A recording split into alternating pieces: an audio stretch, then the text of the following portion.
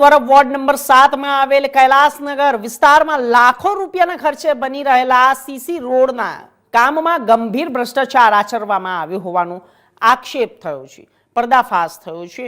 Ward number 7 ના corporator Nitin ચોહલિયાએ ખુદ આ મામલે સવાલ ઉઠાવતા નગરપાલિકાની ભ્રષ્ટ કામગીરી સામે અનેક સવાલો ઊભા થયા।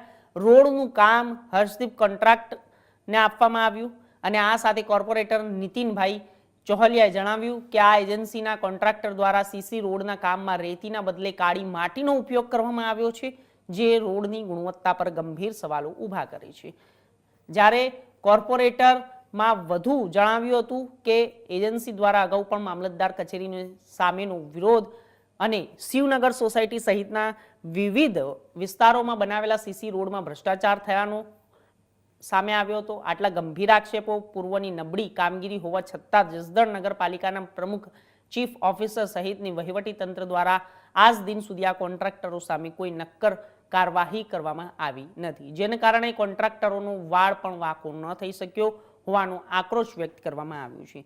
સીસી રોડની કામગીરી દરમિયાન નગરપાલિકાના જવાબદાર અધિકારીઓએ જેવા કે એન્જિનિયર, ટીપીઆઈ કન્સલ્ટની ગેરહાજરીમાં જ કામ ચાલુ હોવાનું પણ નીતિનભાઈએ ચોહલિયાએ જણાવ્યું હતું। અધિકારીઓની ગેરહાજરીમાં ચાલતા આ કામની ગુણવત્તા પર કોઈ દેખરેખ ન રહેતા ભ્રષ્ટાચારને મોખળું મેદાન મળી રહ્યું છે।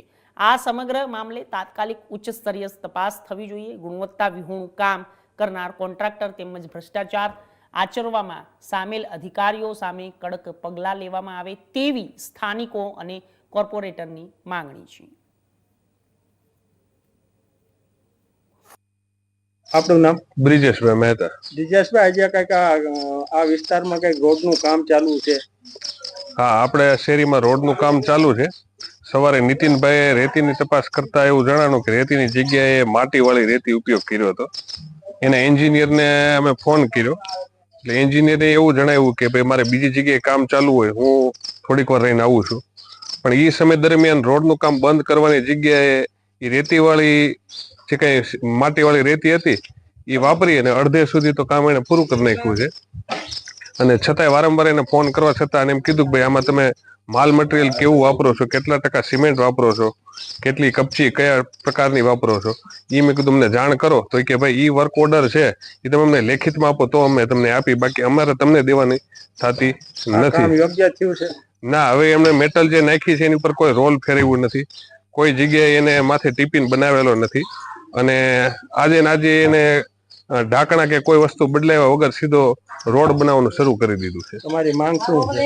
અને એમાં જે વર્ક ઓર્ડર ની અંદર જે નિયમ મુજબનો માલ મટીરિયલ વપરાવવું જોઈએ એ મુજબનો માલ મટીરિયલ વપરાય, જેથી રોડની ગુણવત્તા સારી રહે અને નાગરિકોને આ બાબતે ભવિષ્યમાં રોડના તૂટવાના કે બગડવાના ને ખરાબ થવાના કોઈ પ્રશ્નો ઉપસ્થિત ન થાય એ મુજબનો નિયમ મુજબનો રોડ બનાવે એ જ અમારી માંગ છે। મારું નામ નીતિનભાઈ ચોહલિયા, આ વિસ્તારની અંદર કોર્પોરેટરના પ્રતિનિધિ। ક્યાં વોર્ડ નંબરમાં તમે? આ વોર્ડ નંબર 7। વોર્ડ નંબર 7 ની અંદર આજે અમારે મનીષભાઈ વેકરિયા, દત્તુભાઈ શુક્લવારી શેરી, એમાં રોડનું કામ, સીસી રોડનું કામ ચાલુ છે। તો સવારમાં અમે વિઝિટ કરી આવ્યા તો મેટલિંગ એવું નથી કરવામાં આવ્યું, જે કપસી પાથરવાની જે આવે ને કપસી પાથરવામાં નથી આવી। બીજા નંબરમાં ધૂળ એમને પડી હતી, એ ધૂળે મેં સવારમાં આવીને લેવરાવી, પછી હું એમનું જે મટીરિયલ જ્યાં પડ્યું છે મટીરિયલને ત્યાં હું જ્યાં ગયો ને ત્યાં કાળી માટીવાળી રેતી હતી। હવે એવી રેતી આ રોડમાં એને વાપરી છે, તમે જોઈ લો।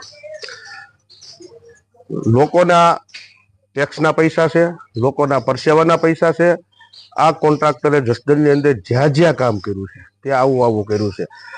આ રોડની અંદર મેટલ જ્યારે પથરાઈ જાય ત્યારે એને રોલિંગ કરવાનું હોય, રોલિંગ નથી કર્યું, કોઈ વસ્તુ કાંઈ નથી કરી, સીધું અત્યારે કામ એને ચાલુ કરી દીધું। તાત્કાલિક આપણે જસદણ એન્જિનિયર નગરપાલિકામાં ફોન કરવામાં આવ્યો, એ લોકોએ ફોન ન ઉપાડ્યો। ચીફ ઓફિસરને ફોન કર્યો, ચીફ ઓફિસરે ફોન ન ઉપાડ્યો।